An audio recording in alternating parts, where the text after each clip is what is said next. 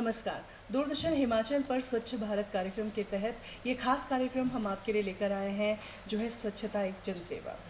खैर दोस्तों, राष्ट्रपिता महात्मा गांधी ने भी कहा कि स्वच्छता को अपने आचरण में कुछ इस तरीके से बसा लीजिए कि वो आपकी एक आदत बन जाए। यदि आप स्वच्छ नहीं हैं तो आप स्वस्थ नहीं है। उनकी इसी कही गई इस बात के साथ इस कार्यक्रम की हम शुरुआत करते हैं और आज मैं आपका तारुफ करवाना चाहूँगी इस कार्यक्रम में हमारे खास मेहमान से, जो हैं दिवाकर देव शर्मा जी। और इनके बारे में बताना चाहूँगी, साल 2017 से ये नगर निगम शिमला वार्ड नंबर 7 से पार्षद हैं और बाय प्रोफेशन ये एक एडवोकेट भी हैं। सर, आपका यहाँ हम बहुत स्वागत करते हैं। धन्यवाद। स्वच्छता पर आज हम बात करने वाले हैं, अपने हमारे शहर के बारे में हम बात करने वाले हैं। आप वार्ड नंबर 7 से पार्षद हैं, तो आप ही के वार्ड से हम शुरुआत करते हैं। मजियाट वो है, वहाँ पे किस तरीके से स्वच्छता के लिए कार्य किए जा रहे हैं सर?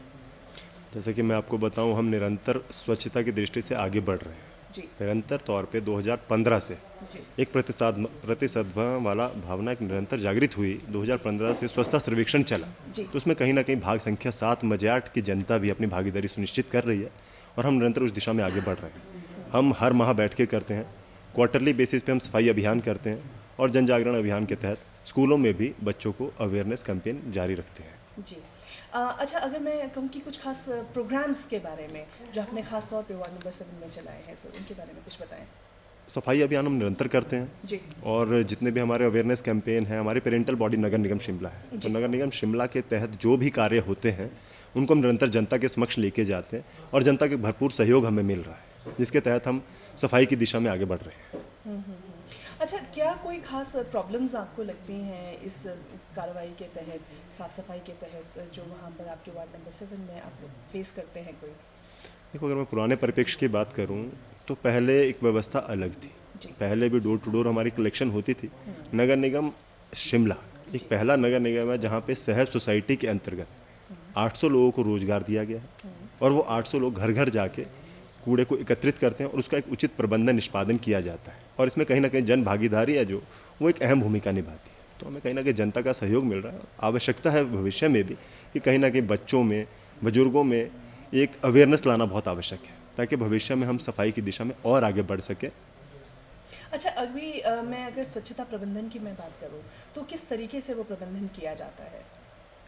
मैं जैसा कि मैंने आपको बताया कि हम नगर निगम शिमला का भाग है, जी, जी। तो नगर निगम शिमला अपने स्तर पे बहुत अच्छे कार्य कर रहा है और कहीं ना कहीं जो भारत सरकार की विभिन्न योजनाएं आती हैं जी। चाहे वो पूर्व में निर्मल भारत चलता था, वर्तमान में स्वच्छ भारत चलता है, तो कहीं ना कहीं जैसे पहले खुले में शौच रहता था और अन्य व्यवस्थाएं रहती थी, खुले में आपका किचन का वेस्ट बहता रहता था, खुले में लोग कचरा फेंक दिया करते थे, उसको लेके जन जागरण अभियान हुआ और वर्तमान परिप्रेक्ष्य में कहीं ना कहीं एक उचित प्रबंधन किया जा रहा है। ये सारा जो कूड़ा है इसको इकट्ठा किया जाता है और इसका एक उचित प्रबंधन किया जाता है, जिसमें ड्राई वेट वेस्ट को अलग अलग यूटिलाइज किया जाता है। वर्तमान में हमारा जो एक ड्राई वेस्ट के लिए हमारा एक प्लांट चल रहा है, ये भरियाल में है, यही हमारे भाग के साथ, तो वो 100 टन कैपेसिटी का है। तो उसमें कहीं ना कहीं एक जो RDF प्रोड्यूस किया जाता है और उसका इस्तेमाल एज ए फ्यूल अल्ट्राटेक और अंबुजा में किया जाता है। ओके जी।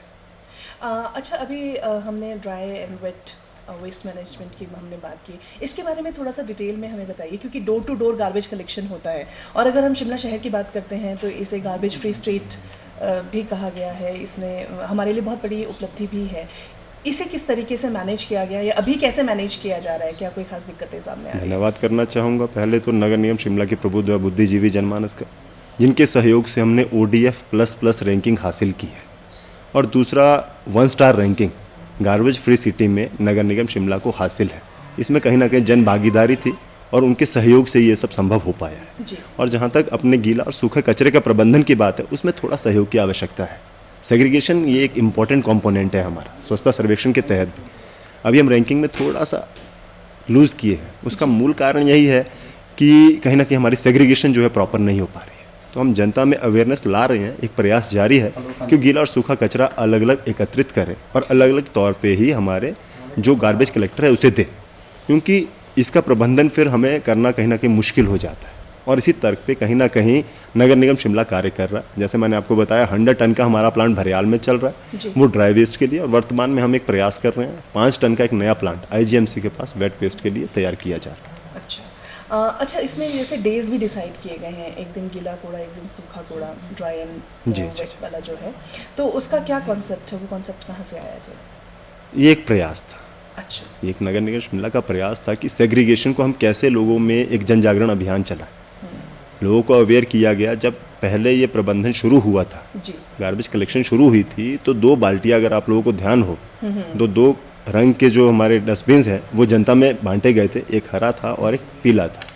तो ये प्रयास यही था कि एक में आप गीला कचरा रखेंगे, एक में एक गीला कचरा रखेंगे, एक में सूखा कचरा रखेंगे।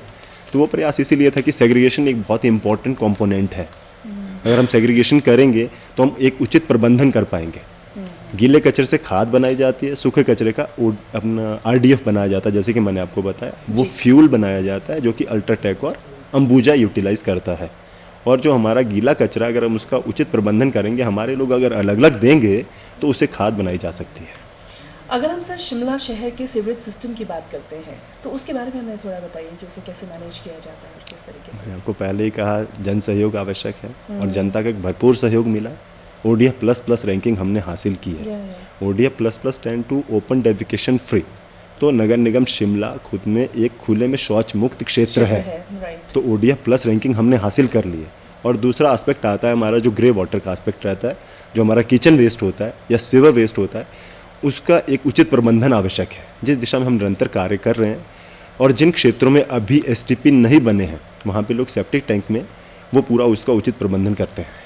तो कुल मिला के सीवरेज ट्रीटमेंट प्रॉपरली हो रहा है। और कहीं ना कहीं जहाँ हमारे सेप्टिक टैंक है, वहाँ पे हनी सकर दिए गए हैं, ताकि वहाँ से उसको सक करके और हमारे STP पे उसका उचित प्रबंधन किया जा सके। अच्छा, अगर सर हम स्वच्छता सर्वेक्षण रैंकिंग की हम बात करते हैं तो ओवरऑल देखा जाए तो शिमला शहर अभी थोड़ी सी सिचुएशन सुधरी है, 6 से 5 रैंकिंग उसको मिली है। वहीं पर शिमला शहर की अगर हम बात करते हैं तो टॉप 100 सिटीज़ में से जो है वो बाहर होता है और 102 उसकी रैंकिंग है। सर इसके पीछे क्या रीज़न रहा है? कोई विशेष कारण नहीं है जी। मैंने पहले ही कहा, नगर निगम अपने स्तर पे बहुत ही अहम योगदान निभा रहा है। जन भागीदारी सुनिश्चित है, लोग भी कार्य कर रहे हैं, परंतु कुछ कार्यों में हमारी चूक रही है। अच्छा। जैसे मैंने आपको कहा कि इसके बहुत से मानक हैं। अगर आप रैंकिंग की बात करें तो रैंकिंग के लिए बहुत से मानक है। हमारी एक स्वच्छता ऐप चलती है, उस स्वच्छता ऐप को कितना इस्तेमाल किया जाता है, जनता उसको लेके कितनी अवेयर है, उसके अलावा अपना गीला सूखा कचरा किस तरह से प्रबंधन किया जाता है, ये कुछ कारण है जिसमें जन जागरण आवश्यक है। वो निरंतर कार्य जारी है और जनता आहिस्ता आहिस्ता अवेयर हो रही है और निश्चित तौर पे रैंकिंग सुधरेगी। अभी आपने जन जागरण की बात की, तो जन जागरण के लिए, जागरूकता के लिए क्या खास ऐसे स्टेप्स हैं या प्लान्स हैं नगर निगम के पास जिन पर काम हो रहा है या होना चाहिए? निगम ने पहले भी कार्य किया था, परंतु कुछ कोविड और कुछ महामारी के कारण थोड़ी सी चूक रही है। मैंने आपको कहा पहले भी, जिंगल्स आप लोग भी सुनते होंगे कि FM के माध्यम से लोगों में जन जागरण किया जाता है, नुक्कड़ नाटक किए जाते हैं, हमारे होर्डिंग्स लगते हैं, पैम्फलेट बांटे जाते हैं। बहुत से ऐसे कार्य हैं जिससे जन जागरण अभियान जारी है और बहुत जल्दी इस रैंकिंग में सुधार होगा। अगर हम ये जल स्रोतों की हम बात करते हैं, कहीं ना कहीं जब स्वच्छता की बात आती है तो नदी नालों का भी जिक्र आता है, तो उसका रख रखाव किस तरीके से किया जा रहा है और कैसे और उसे बेटर किया जा सकता है? पूर्व में भी नगर निगम शिमला के तहत बहुत सी योजनाएं चली थी और वर्तमान में भी हम स्मार्ट सिटी का भाग है। चाहे पूर्व में हम JNNURM का भाग रहे हो, फिर हम अमृत का भाग बने, फिर हम स्मार्ट सिटी का भाग बने। उसके तहत एक कंपोनेंट ये भी है कि प्राकृतिक पेयजल स्रोतों का प्रबंधन किया जाए और रखरखाव किया जाए। और जहाँ तक प्रबंधन रखरखाव की बात है, दूसरा एस्पेक्ट यही है कि अगर खुले में कचरा नहीं फेंका जाएगा, सफाई व्यवस्था सुचारू रखी जाएगी, तो निश्चित तौर पर उनको बचाया जा सकता है। और उनके रखरखाव, जैसे टैंक, भंडारण टैंक बनाने हैं या उनको और अच्छे से उसका कैचमेंट एरिया बढ़ाना है, तो उसके तहत हमारे स्मार्ट सिटी में या अमृत के तहत फंड लगाया जा सकता है। अच्छा, अभी कोविड के चलते, पेंडेमिक के दौर में अभी हम लोग हैं और अभी भी जैसे तैसे सरवाइव कर रहे हैं। अभी अपडेटेड वर्जन ओमिक्रॉन भी आ रहा है, तो इस दौर में क्या नगर निगम की खास तैयारी है यहाँ की स्वच्छता को लेकर के, ताकि संक्रमण से बचा जा सके ज़्यादा से ज़्यादा? नगर निगम ने कोविड के दौरान भी अपनी अहम भूमिका निभाई और कहीं ना कहीं सरकार और प्रशासन का भी एक अहम योगदान रहा है। परंतु जहाँ तक नगर निगम की भूमिका की बात है, तो जो हमारे करने का हमारा एक बेस मैंडेट क्या है, नगर निगम का बेस मैंडेट है सफाई। तो सफाई में हमारा एक विशेष ध्यान रहा है और कहीं ना कहीं जो भी आदमी संक्रमित था, लोगों में जन जागरण किया जाए, और रखरखाव किया जाए। और जहाँ तक प्रबंधन रखरखाव की बात है, दूसरा एस्पेक्ट यही है कि अगर खुले में कचरा नहीं फेंका जाएगा, सफाई व्यवस्था सुचारू रखी जाएगी, तो निश्चित तौर पे उनको बचाया जा सकता है। और उनके रखरखाव, जैसे टैंक, भंडारण टैंक बनाने हैं, उसके तहत हमारे स्मार्ट सिटी में या अमृत के तहत फंड लगाया जा सकता है। उसको एक अलग से पीला बैग दिया गया था, उसका कचरा अलग से उठाया जाता था, उसका प्रबंधन किया जाता था। और कहीं कुछ बहुत ही ज़्यादा ऑकवर्ड सिचुएशंस में किसी के बेचारे की डेथ ही हो जाती थी, तो उस कंडीशंस में भी नगर निगम ने अपनी अहम भूमिका निभाई है। उस डेड बॉडी तक को जलाने की व्यवस्था भी नगर निगम ने ही की थी, और वर्तमान में भी वही है, और भविष्य में भी अगर कोई ऐसी समस्याएं आती है उसके लिए नगर निगम पूरी तरह से तैयार है। अभी भी मतलब एक तरीके से देखा जाए तो डरने की बात नहीं है, हर तरीके से कोई ना कोई प्लान्स जो हैं वो तैयार है नगर निगम और प्रशासन निरंतर अपना कार्य कर रहा है, अवेयरनेस कैंपेन भी जारी है। जी। और अगर फिर भी कोई ऐसी बहुत ही ज़्यादा विपरीत परिस्थितियाँ होती तो उसके लिए नगर निगम पूर्णतया तैयार है। अच्छा, लोगों के फीडबैक्स की अगर मैं बात करूं तो लोगों का कैसा फीडबैक रहता है, क्योंकि अब डोर टू डोर गार्बेज भी कलेक्ट करना है, कुछ एक जगह ये भी हो गया था कि लोग कूड़ा नहीं दे रहे हैं, तो ऐसी क्या कोई प्रॉब्लम्स आई बीच में और उनका क्या फीडबैक रहा सर? काइंडली हमें इसके बारे में बताएं। पूर्व में ये समस्याएं थी, परंतु वर्तमान परिप्रेक्ष्य में बात करें तो जन सहयोग पूरी तरह से मिल रहा है, और मेरे को ये बताते हुए बहुत खुशी हो रही है कि हमारा नगर निगम Shimla door to door collection में 100% है। तो इसमें कहीं ना कहीं जो जनता की अवेयरनेस है उसकी अहम भूमिका है। जी। अच्छा, यहाँ पर स्वच्छता को लेकर के अगर मैं बात करूँ, जैसे डिफरेंट प्रोग्राम्स चलाए जा रहे हैं, काफ़ी प्लानिंग्स भी हैं, स्कीम्स भी शुरू हुई हैं, तो अगर मैं शिमला शहर की बात करूँ तो कुछ एक अचीवमेंट्स के बारे में आपसे जानना चाहूँगी सर। कुछ अचीवमेंट्स के बारे में हमें काइंडली बताएं। बहुत से कार्य नगर निगम कर रहा है। जी। एक मैकेनाइज्ड जो हमारे गार्बेज स्वीपिंग व्हीकल हम लोगों ने चलाए हैं, जी। तो ये 4 करोड़ की 2 मशीनें हैं जो नगर निगम शिमला के तहत चल रही है। जी। पूर्व में जब हम जेएनएनयूआरएम का भाग थे तो उस दौरान 42 गाड़ियाँ डोर टू डोर कलेक्शन के लिए लाई गई थी। जैसे हमारे कलेक्टर लोग घरों से कूड़ा लाते हैं, सड़कों में लाते हैं, और उसको उस माध्यम से प्रबंधन के जो हमारे सेंटर है वहाँ तक पहुँचाया जाता है। जी। तो वर्तमान में अभी 34 नए वाहन हर भाग के लिए अलग से डेडिकेटेड व्हीकल दिया जा रहा है। उसके बाद कंपैक्टर है, उसके बाद लोगों की अवेयरनेस है, हमारे डोर टू डोर कलेक्टर है, वो जन जागरण अभियान भी जारी है और वो निरंतर अपना कार्य कर रहे हैं। ये खास अचीवमेंट्स हैं। और प्रॉब्लम्स की जहाँ तक बात है तो प्रॉब्लम्स तो खैर आती ही रहती हैं और उसके साथ निपटारा भी होता ही रहता है। खैर, अभी मैं अगर यहाँ के कुछ स्लम एरियाज़ की अगर मैं बात करती हूँ तो वहाँ पर क्लीनिनेस ड्राइव्स को लेकर के क्या प्रशासन की और नगर निगम की तैयारियाँ हैं?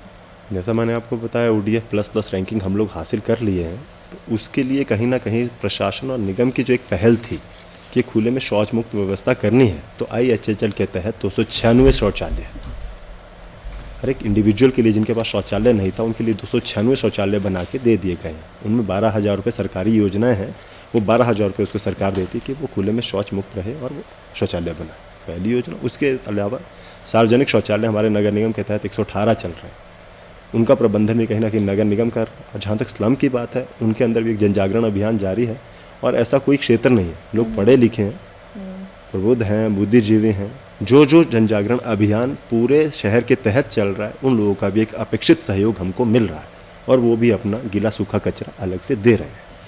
अच्छा सर, अभी मैं आपसे खास तौर पे जानना चाहूँगी स्वच्छता ATM के कॉन्सेप्ट के बारे में, काइंडली उसके बारे में थोड़ा डिटेल हमें बताएं। जहाँ तक कूड़े की बात की जी। कि गीला और सूखा कचरा हम अलग अलग से प्रबंधन करते हैं, उसको अलग से कलेक्ट करते हैं और सेंटर तक ले जाके उसको उचित प्रबंधन निष्पादन किया जाता है। स्वच्छता ATM एक नया कॉन्सेप्ट आया, जहाँ तक व्यवस्था चली कि ठीक है, प्लास्टिक की जो बोतलें हैं, कांच है, उसका कैसे निष्पादन किया जाए। जी। क्योंकि पूर्व में जहाँ तक व्यवस्था थी, हिमाचल आपका प्लास्टिक फ्री सिटी है, अपना प्लास्टिक फ्री स्टेट है हिमाचल। जी। परंतु जहाँ तक नगर निगम शिमला की बात है, हर जगह हमारे पास फिर भी आप देखेंगे तो प्लास्टिक की बोतलें आती है, बहुत सी चीज़ें कांच में आती है, उसका प्रबंधन आवश्यक था, जिसको लेकर निर्णय लिया गया। और अभी वर्तमान में 5 से 6 स्वच्छ ATM स्थापित किए गए हैं, जिसके तहत आप प्लास्टिक की बोतलें और कांच की बोतलें उसमें डाल के, जैसे हमारा सोशल मीडिया की बहुत सी ऐप्स हैं, पेटीएम है, भीम ऐप है, उनके माध्यम से आपको पैसा वापस आएगा। अच्छा, एक कॉन्सेप्ट था, वो हिमाचल तो नहीं, स्टेट के बाहर का था, वो था स्वच्छता कैफ़े का, जिसके तहत ये चल रहा था कि 1 टाइम प्लास्टिक वेस्ट को जो है आप लाएं और आपको कुछ कुछ बेनिफिट्स दिए जाएंगे। क्या आपको लगता है हिमाचल में कारगर साबित हो सकती हैं? इस तरह का प्रयास पूर्व में भी हमने किए, और भविष्य में अगर आवश्यकता पड़ती है तो निश्चित तौर पे प्रयास किया जाएगा। ऐसे कार्यक्रम कहीं अन्य राज्य में चल रहा था, जहाँ पे प्लास्टिक वेस्ट को कलेक्ट करने के बाद वो उस सेंटर तक पहुँचाते तो वहाँ उनको एक मुफ्त भोजन की व्यवस्था थी। वो एक अवेयरनेस कैंपेन है, ताकि लोग कहीं ना कहीं अवेयर। उसके तहत नगर निगम शिमला भी कार्य कर रहा है। जैसे आपके कोई टॉफ़ी का कागज़ है या हमारा कुरकुरे का कागज़ है, नमकीन का अपना प्लास्टिक है, तो उसको आप लाइए और उसके तहत आपको 25 से 50 रुपये प्रति किलो के हिसाब से वो नगर निगम देगा।